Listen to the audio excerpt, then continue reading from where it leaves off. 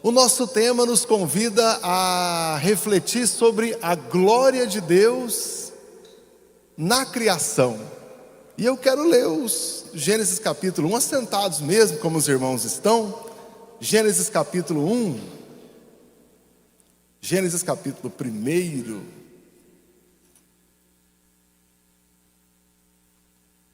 Logo o versículo 1 para começar. No princípio criou Deus o céu e a terra. Lá no 26. E então disse Deus: façamos o homem em nossa imagem, conforme a nossa semelhança.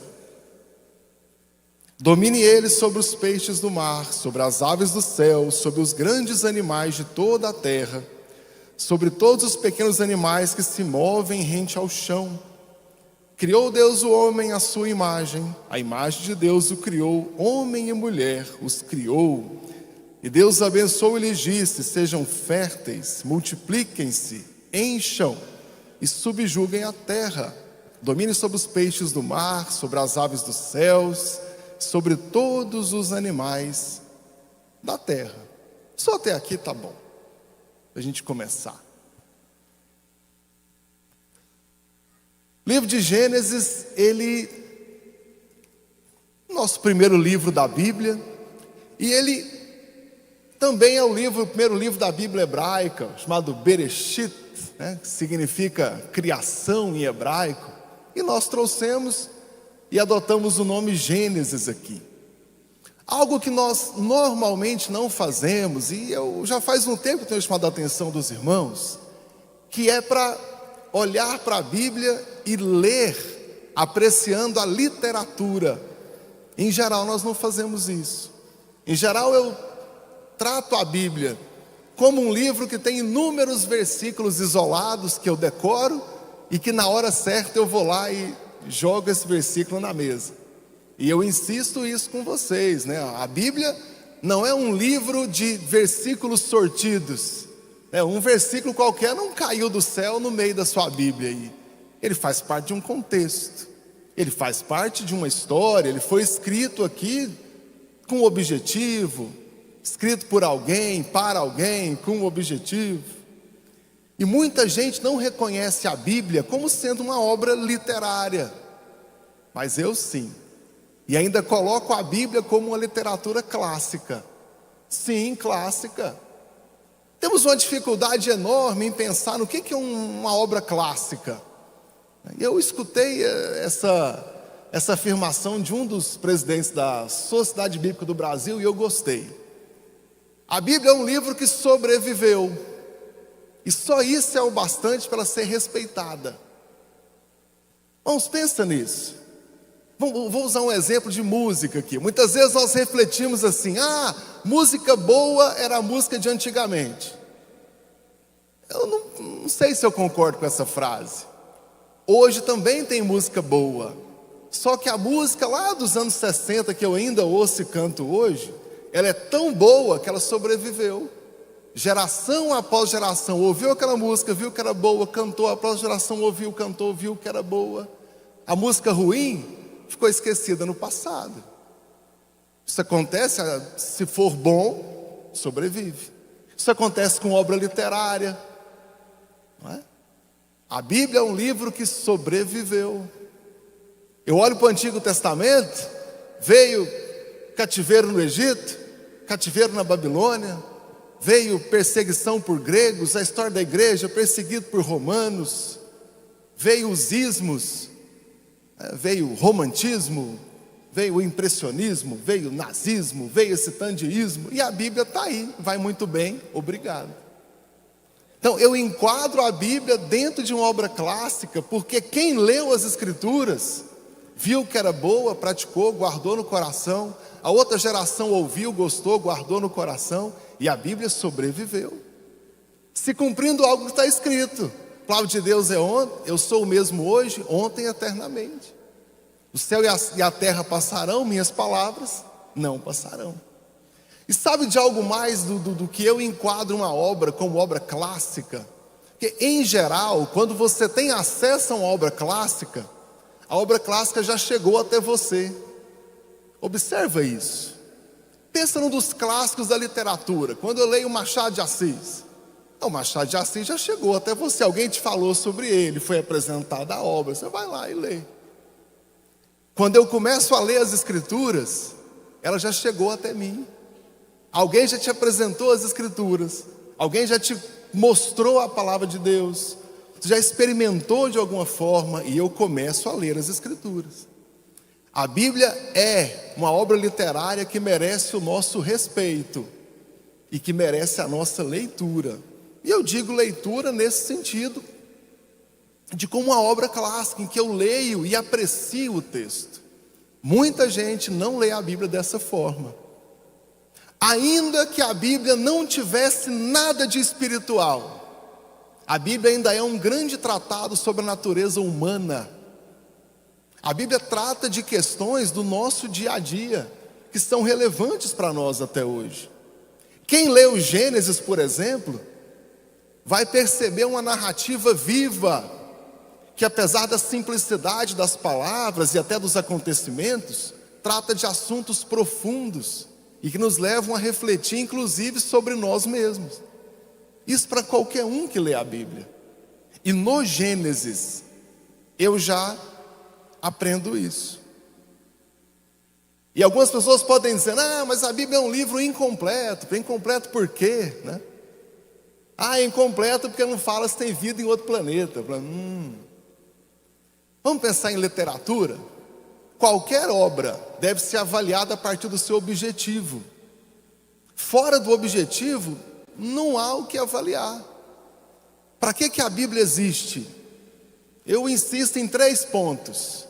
Para me apresentar a Deus, para me contar da minha condição de pecador e me dar o caminho da salvação. É para isso que a Bíblia existe.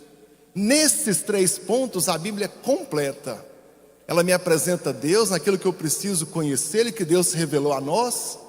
Ela me mostra a minha condição de pecador e me dá o caminho da salvação. Nesse ponto a Bíblia é completa. E não falta nada. Completíssima. Agora, tentar extrair de qualquer obra aquilo que não foi o seu objetivo, realmente não vai funcionar. Não é para isso que ela serve. Mas o que eu quero mostrar, chamar a atenção de vocês, é que eu vou ler o Gênesis e eu tenho que admirar a beleza literária dessas obras que tratam de questões tanto espirituais quanto morais, e que ela nos chama a atenção para a atualidade de cada um dos acontecimentos. Quantas vezes eu tenho que estudar algum assunto aí que não seja a Escritura, e muitas vezes eu vejo o quanto é atrasado, o quanto já passou. Eu sou também administrador, não só teólogo, e eu revisei alguns materiais do TGA, da Teoria Geral de Administração. Gente, como tem conceito ultrapassado no negócio de 2008, que eu formei em 2007. Em 2008, alguns manuais ultrapassados, palavras que não usam mais, conceitos já foram ultrapassados, de administração. Quando eu leio as Escrituras, tão atual como se fosse escrita hoje. E não é algo que eu estou tentando convencer vocês. Leia as Escrituras e faça o teste você mesmo, de como tudo que está escrito aqui é válido para hoje. E sabe outro ponto que a Bíblia me chama a atenção? Eu não tenho personagens fantásticos, todo-poderoso, mitológicos, cheios de superpoderes. São homens e mulheres simples, vivendo o dia a dia deles, que também têm problemas, que também passam por dificuldades, que cometem erros, e a Bíblia me dá enormes lições, tanto morais quanto espirituais, nesses acontecimentos. É muito comum que a gente assista um filme aí qualquer e fique admirado com algum superpoder lá que meu herói tem. Eu olho para as Escrituras e eu tenho um diferencial: o relacionamento com Deus. Olha isso nas Escrituras. O que diferencia homens e mulheres não são os seus feitos, mas são o quanto eles estão longe ou perto de Deus. Aquele que está próximo do Senhor, que ama o Senhor e que guarda a palavra de Deus, ele tem um papel especial, tem um lugar especial e um cuidado especial de Deus. Envolve o relacionamento com Deus. E eu vejo isso no livro de Gênesis. E o Gênesis trata desses acontecimentos. Eu vou encontrar problemas aqui, falhas de virtude, desejos, ambições, frustrações, traições, tudo como uma grande lição para nós. E nós muitas vezes não apreciamos esse ensino para a nossa vida. E é algo que não é complicado. Tem gente que chega aqui e quer discutir traduções, e opiniões profundas aqui nos originais. Gente, antes disso, leia a Bíblia e aprecie essa obra que está aí no seu colo. Aprecie as Escrituras. Eu faço esse convite para vocês. Eu posso dividir o Gênesis em duas partes. Do capítulo 1 até o 11, o Gênesis nos traz a criação, a formação do mundo, a criação do homem, o desenvolvimento dos chamados povos primitivos, as primeiras civilizações. No capítulo 12, eu tenho uma virada na narrativa, e agora eu vou me concentrar em uma família, em Abraão. Que Deus chamou Abraão para que a partir dele as nações conhecessem ao Senhor. Então, memoriza isso. Até o capítulo 11, o surgimento do mundo, dos primeiros povos. Do capítulo 12 em diante, a história se concentra na família de Abraão. Memoriza isso. Daqui a pouco vai ser importante. Só que hoje eu quero tratar com vocês do que é a glória de Deus a partir da criação. E por isso eu fiz questão de ler o versículo primeiro com vocês. Gênesis 1:1. E no princípio criou Deus o céu e a terra.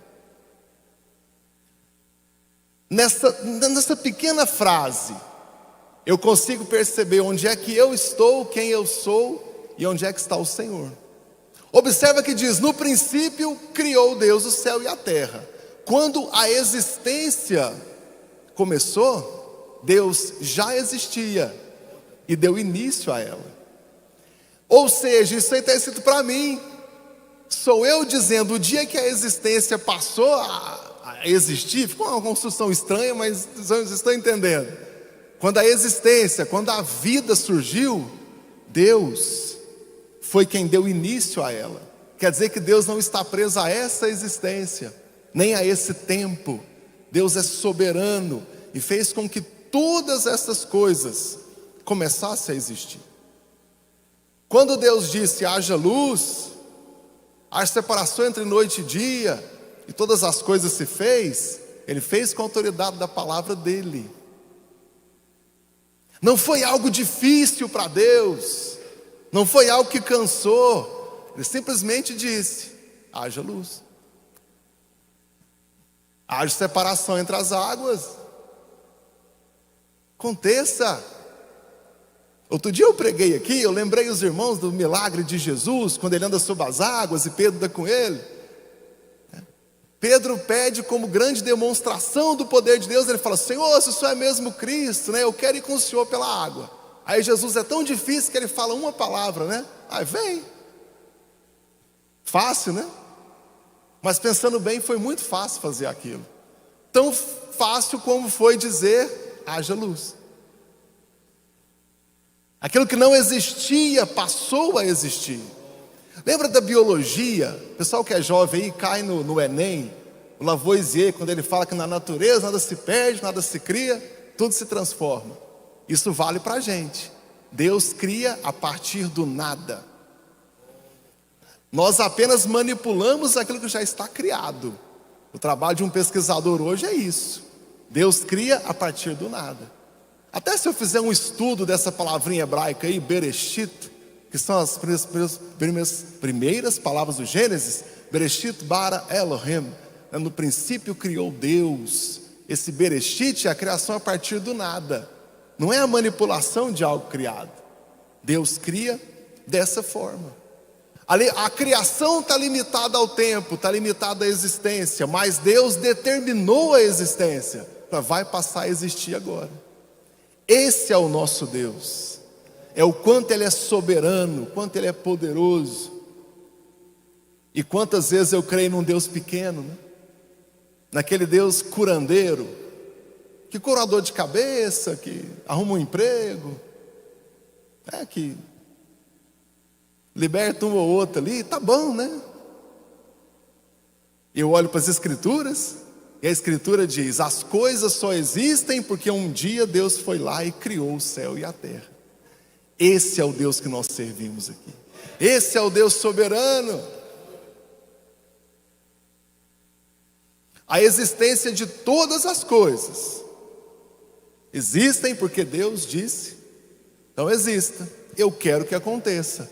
Essa é a minha vontade. Quando nós lemos o relato da criação, todo o capítulo 1, com exceção do segundo dia, Deus criou e disse: é bom. Deus olhou e viu que era bom. Deus criou, é bom. Não havia imperfeição, não havia limitações, não havia patologias, não havia desequilíbrios. A criação foi feita sem problemas, sem manchas, sem máculas, sem nada. E aí no último dia Deus descansou. E aqui eu preciso deixar, assim, essa palavra descansou, eu não gosto dela aqui. Eu acho que descansou dá a ideia de alguém que está cansado porque trabalhou pesado e precisa sentar e descansar. Até que algumas traduções não usam descansou. Procura na sua Bíblia o que está escrito. Algumas traduções falam: e Deus teve prazer. Imagina quando você faz algo que você gosta muito e termina e contempla. Quando você faz aquele cafezinho gostoso e sente o cheiro do café, aquele prazer que dá. Não sei vocês, quanto mais velho eu fico, mais eu gosto de café. Vocês estão nessa também? Eu já estou idoso, então eu começo a gostar muito de café. Aquele prazer que eu fiz. Deus criou o mundo, Ele para e diz: eu gostei. E contempla e tem prazer na criação. Então não pense em descanso aqui como sendo a necessidade de parar para recuperar o fôlego. Eu não gosto disso. A narrativa da criação, ela me constrange a me humilhar diante da soberania de Deus. Do quanto Deus faz pela sua vontade, pela sua palavra. Se eu olhar João capítulo 1, o Evangelho de João capítulo 1, João vai dizer: aquele que era desde o princípio, aquele que é a palavra. Em algumas nas traduções clássicas do Almeida, no princípio era o verbo, aquele que é a palavra, aquele que sem ele nada do que foi feito se fez. E João vai lembrar que o verbo se encarnou, o verbo é Jesus. Foi só com a autoridade da palavra. Deus é grande. Apesar que grande é uma palavra pequena, mas o meu vocabulário é curto para falar isso para os irmãos. Deus é soberano, perfeito, completo. Eu recomendo aos irmãos que leiam o capítulo 38 de Jó. Quando vocês forem embora, cheguem em casa, capítulo 38 de Jó. E eu quero destacar alguns versículos aqui. Acha aí na sua Bíblia. Antes de Salmos está o livro de Jó. Jó capítulo 38. Falando sobre a soberania de Deus. E o quanto Deus é todo poderoso. E o quanto nós somos nada. Se preparem para ler o capítulo 38 de Jó em casa. Dá uma respirada antes, porque o texto bate forte. Ontem eu estava lendo isso aqui e bateu em mim. Eu destaquei alguns versículos, quero que os irmãos leiam todos. Versículo 4: onde você estava quando lancei os alicerces da terra? Versículo 8: quem represou o mar pondo-lhe portas? Verso 12: você já deu ordens às manhãs, ou mostrou à alvorada o seu lugar? Verso 18: você faz ideia de quão imensas são as áreas da terra? Verso 35: é você que envia os relâmpagos e eles dizem: aqui estamos? E tem gente chamando Deus de meu crush, né? Tem gente chamando Deus de meu coleguinha. Tarefa de casa para todo mundo. Jó capítulo 38. Respira fundo. segura na mão de Deus e leia todo o capítulo 38 de Jó. É bom para a gente abaixar a bola, né? É para a gente abaixar a bola. No versículo 26 eu li com os irmãos, Gênesis 1, 26, fala da criação do homem. E a criação do homem acontece com parâmetros diferentes. Mesmo a leitura desatenta, você vai perceber. Disse Deus, haja luz. Ai, Deus viu que era bom. Cria a terra, viu que era bom. Cria os animais, viu que era bom. Quando vai criar o homem, eu tenho um plural aí que me deixa intrigado. E deixa muitos outros estudiosos da Bíblia. Façamos o homem a nossa imagem e semelhança. É diferente de qualquer outro ser da criação. O homem é criado com essa proposta: façamos o homem nossa imagem e semelhança. Eu não tenho dúvida disso, mas sempre tem os teochatos aí que vão falar que não é. Mas para mim, eu tenho uma reunião da Trindade, Pai, Filho e Espírito Santo, dizendo: vamos fazer o homem a nossa imagem e semelhança. Esse plural façamos me demonstra isso. O próprio Deus chama a atenção para esse momento especial da criação. Eu vou criar o homem. O homem aqui no sentido de humanidade. O texto diz: homem e mulher os criou. Mas tem um ponto. Se eu sou criado à imagem e semelhança de Deus, eu tenho agora uma responsabilidade. Que essa imagem reflita a glória de Deus. Que essa imagem a qual eu fui criado exige de mim que eu seja uma representação da glória de Deus onde eu estiver.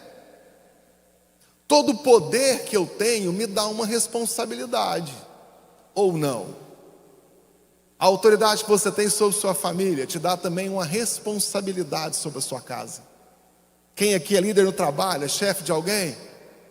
Você tem poder sobre aquela equipe, mas também tem uma responsabilidade sobre ela.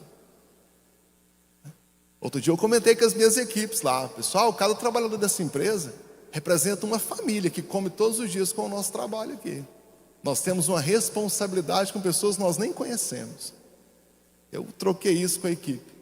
Aí eu olho para a escritura que diz: façamos o homem nossa imagem e semelhança. Aí eu começo a pensar: essa imagem e semelhança me chama a atenção para essa responsabilidade. Que eu seja o reflexo da imagem de Deus e não a minha própria. Que eu seja alguém digno de ter sido criado à imagem e semelhança de Deus. Esse é um ponto. E essa imagem e semelhança, a Bíblia não dá a entender que são semelhanças físicas, mas que de algum modo eu experimento algumas coisas que os demais seres da criação não experimentam. Algumas características como intelecto, como juízo moral, emoções e a capacidade de transferir conhecimento para a próxima geração.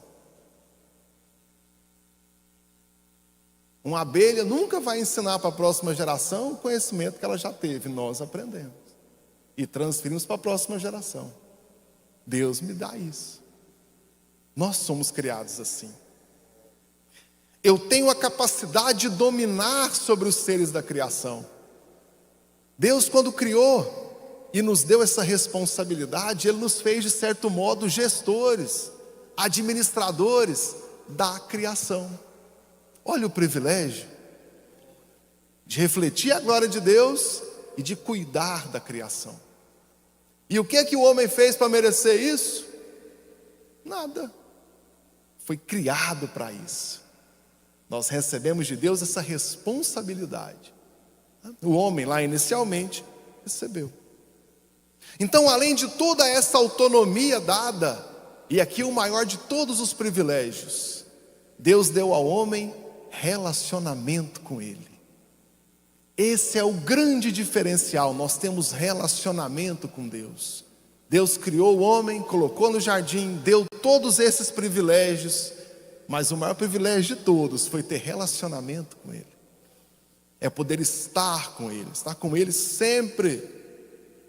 Então, além de ser o regente da criação, eu tenho plena comunhão com o Criador. Plena. Graças a Deus por isso. Então o homem lá no Éden, é a coroa da criação, que domina sobre os animais, que tem a responsabilidade de refletir a glória de Deus, que é representante de Deus na criação. Então, é alguém digno de confiança. É alguém que tem vontade própria, para que por vontade própria seja leal a Deus. Então Deus vai lá e apresenta a árvore do conhecimento do bem e do mal.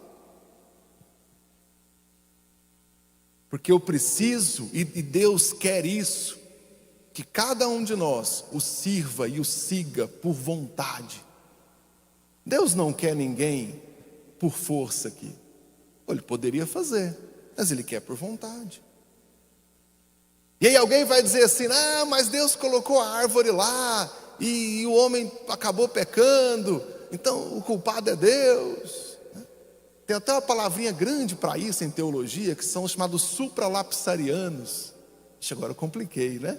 Mas lapso é de queda, queda. Então tem gente que acha que a queda é uma responsabilidade de Deus, né? Que o plano de Deus aconteceu antes da queda, para cima, supralapsariano, que pensa que Deus já planejou a queda antes de colocar a árvore lá. Não pensa assim não. Lembra de Jó 38? Quem sou eu para determinar o juízo de Deus, para julgar o que Deus, os propósitos dele? E aqui é hora de aceitar esse propósito. Amor é liberdade. Não existe amor sem liberdade, existe? O camarada que tranca a esposa em casa para a esposa não fugir, ele está amando a esposa? A esposa que fica porque está amarrada lá e não consegue fugir, amarrou no pé da mesa com um cadeado e saiu, ela fica por amor? Você quer um casamento desse? Amor é liberdade. É ter a liberdade de ir e escolher ficar. Aí eu sei que é por amor, não é? Não, a esposa tem que ter a chave de casa, dinheiro, tem que saber dirigir, tem que ir para onde ela quiser, e por vontade própria ela fica. Aí é amor. Deus olha para o homem, dá todas essas coisas, toda essa autonomia, o coloca como representante dele, e aí Deus diz, agora eu vou provar a sua lealdade. Quero que você fique por vontade. E então, Deus dá essa condição. Essa é a vontade de Deus. E afinal de contas, a grande prova de amor é liberdade. Só que nós sabemos que houve a queda. Tudo que Deus criou, Deus viu que era bom. E eu destaquei com vocês. Não havia maldade, não havia pecado, não havia patologias, não havia desequilíbrios, não havia problemas. Deus criou e viu que era bom.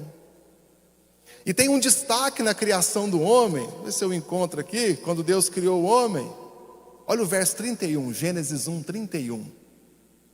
Deus viu tudo o que havia feito, e tudo tinha ficado muito bom.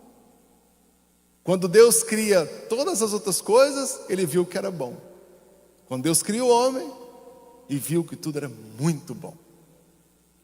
Foi assim que Deus criou. Só que o pecado trouxe consequências e nos afastou de Deus. Todo mundo sabe decorar desse versículo, Gênesis 3, versículo 9, quando Deus pergunta, Adão, onde estás? E será que Deus não sabia onde estava Adão? Será que Deus não sabia lá no jardim onde é que estava? Será que o Deus que é soberano, que é onipresente, não sabia onde estava Adão? Mas Deus queria saber onde é que estava o relacionamento com ele. Tinha sido quebrado o relacionamento. Deus não queria saber se Adão estava embaixo do pé de goiaba ou de pera. Deus queria saber onde é que estava o relacionamento com ele. Porque o pecado quebrou o relacionamento e o pecado afastou o homem de Deus. E sabe que esse é o pior de todos os castigos que Deus podia dar? É afastar da presença dele. Talvez o maior de todos os dons que Deus deu no Éden foi o relacionamento. Tem uma palavrinha técnica para isso, que é o Deus transcendente. O Deus que se comunica com a criação, que tem relacionamento com a criação. E aí o pecado que o homem provoca no paraíso afasta de Deus. Porque houve uma quebra desse relacionamento. Queridos irmãos, de tudo que eu expus aqui, se nesse momento do pecado, que houve o afastamento de Deus, se Deus destruísse a humanidade, nós poderíamos cobrar de Deus isso? Não. Eu deveria dizer, o Senhor tem toda a razão. Que o Senhor criou o mundo bom, criou a humanidade, disse que era muito bom, deu autoridade sobre a criação, deu autonomia sobre a criação, deu relacionamento, colocou o melhor lá, e essa humanidade rejeitou a Deus. Se Deus tivesse destruído tudo naquele momento, ninguém poderia dizer, mas Deus não devia ter feito aquilo. Eu ia ter que engolir e dizer, tinha que ter destruído mesmo. Só que ao invés de destruir tudo, Deus traça um plano de salvação para a humanidade. E Deus envia profeta após profeta para falar dele. Eu posso pensar até que o primeiro profeta foi Adão. Quando Caim e Abel traz uma oferta a Deus, quem ensinou Caim e Abel que Deus aceita uma oferta? O próprio Adão.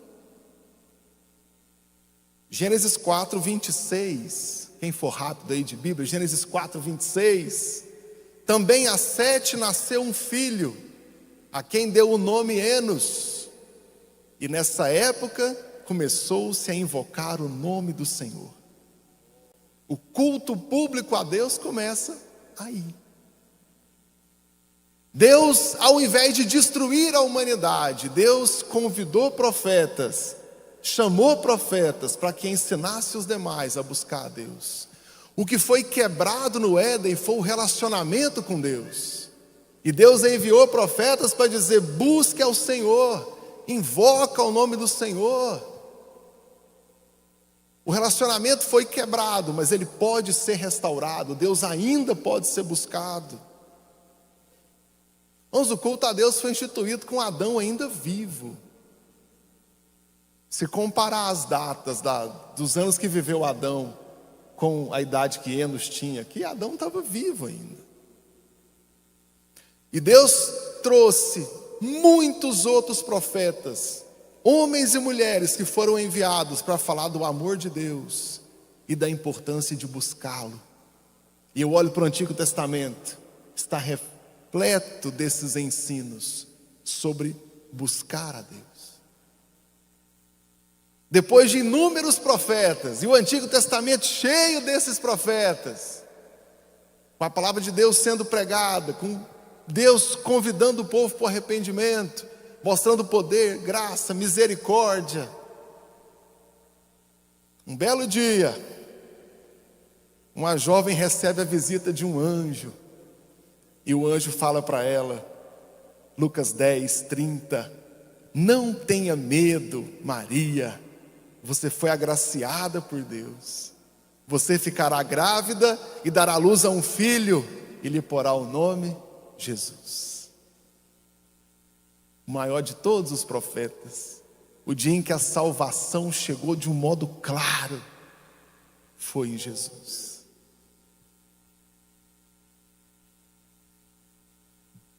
O plano de Deus sempre foi a perfeição e a vida plena com Ele.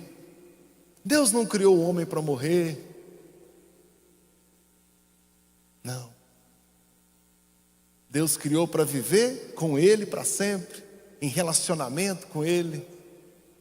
Mas quando houve o pecado, Deus teve ainda amor por essa geração que não merece, e eu me incluo nessa geração que não merece a Deus, e traçou um plano de salvação, para que você e eu não nos perdêssemos. A salvação que vinha sendo anunciada no Antigo Testamento, ela se concretiza em Jesus. João 1:29, o Cordeiro de Deus que tira o pecado do mundo, que veio trazer salvação para todos os que creem. Lembra que Deus não quer ninguém forçado? Lembra que Deus quer relacionamento por escolha?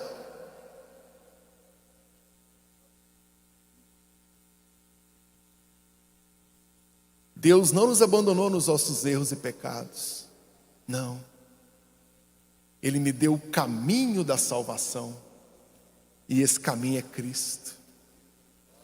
Ele é o caminho da salvação, não há outro caminho. Eu só preciso crer. E o que é que eu posso oferecer a Deus? O que você tem para oferecer a Deus? Tem nada. Mas Ele já deu todas as coisas, e sempre deu, desde a criação, para a glória dEle. Nós só temos que reconhecer a Cristo como o único caminho para a salvação. E aquele que crê em Jesus, esse será salvo. Tito 2:11, porque a graça de Deus se manifestou salvadora a todos os homens. Jonas 2:9, esse eu gosto muito. Do Senhor vem a salvação.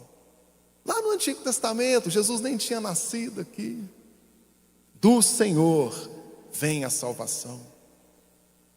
E o texto que todo mundo sabe de cor, que eu tenho certeza, não vou nem falar a referência, porque Deus amou tanto o mundo, que deu o seu Filho unigênito, para que todo aquele que nele crê não pereça, mas tenha a vida eterna. A condição para a salvação é crer em Jesus. Ah, mas eu não vou para a igreja não, porque a igreja condena o pecado. Sim, condena o pecado e perdoa o pecado. Outro dia eu falei isso para um jovem, né? Cuidado, a igreja é a única que perdoa tudo. Seus amiguinhos aí, ó, o dia que você pisar na bola, eles nunca mais te perdoam.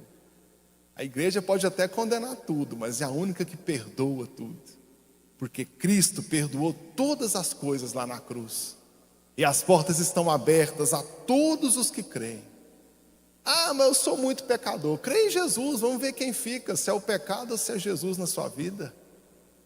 Quando acende a luz, a escuridão vai embora. Não é assim? Quando o gato chega, os ratos saem correndo.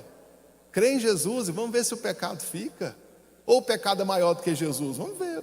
Eu não tenho medo dessa briga não, vocês têm?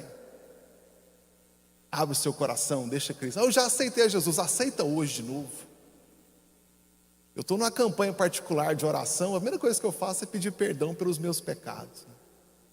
Eu descobri que eu só tenho 3 pecados, irmãos. É o pecado por vontade, o pecado por natureza e o pecado por omissão. Eu só cometo esses 3 pecados, né? Natureza, vontade, omissão. Pronto. E eu tenho que pedir perdão a Deus por isso. E o Senhor é bom, Ele me dá graça, Ele perdoa. E eu creio em Jesus, eu creio que estou sendo salvo. Aqueles que estão em Cristo serão salvos. E nós viveremos eternamente com Deus, sem medo da morte, sem medo do inferno, salvos. Deus revela a glória dEle na criação em todos os momentos. Quando cria, Ele revela seu poder e sua glória. Quando Ele dá a oportunidade, inclusive de escolher entre Deus ou não, Deus mostra sua soberania, mostra o seu amor.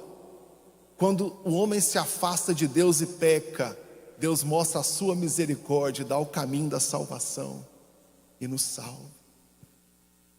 Esse mundo sofre. Somos perseguidos? Somos. Outro dia eu lembrei com os irmãos aí de uma frase do Martinho Lutero, né? Se deram para Cristo uma coroa de espinhos, por que eu estou esperando uma coroa de flores?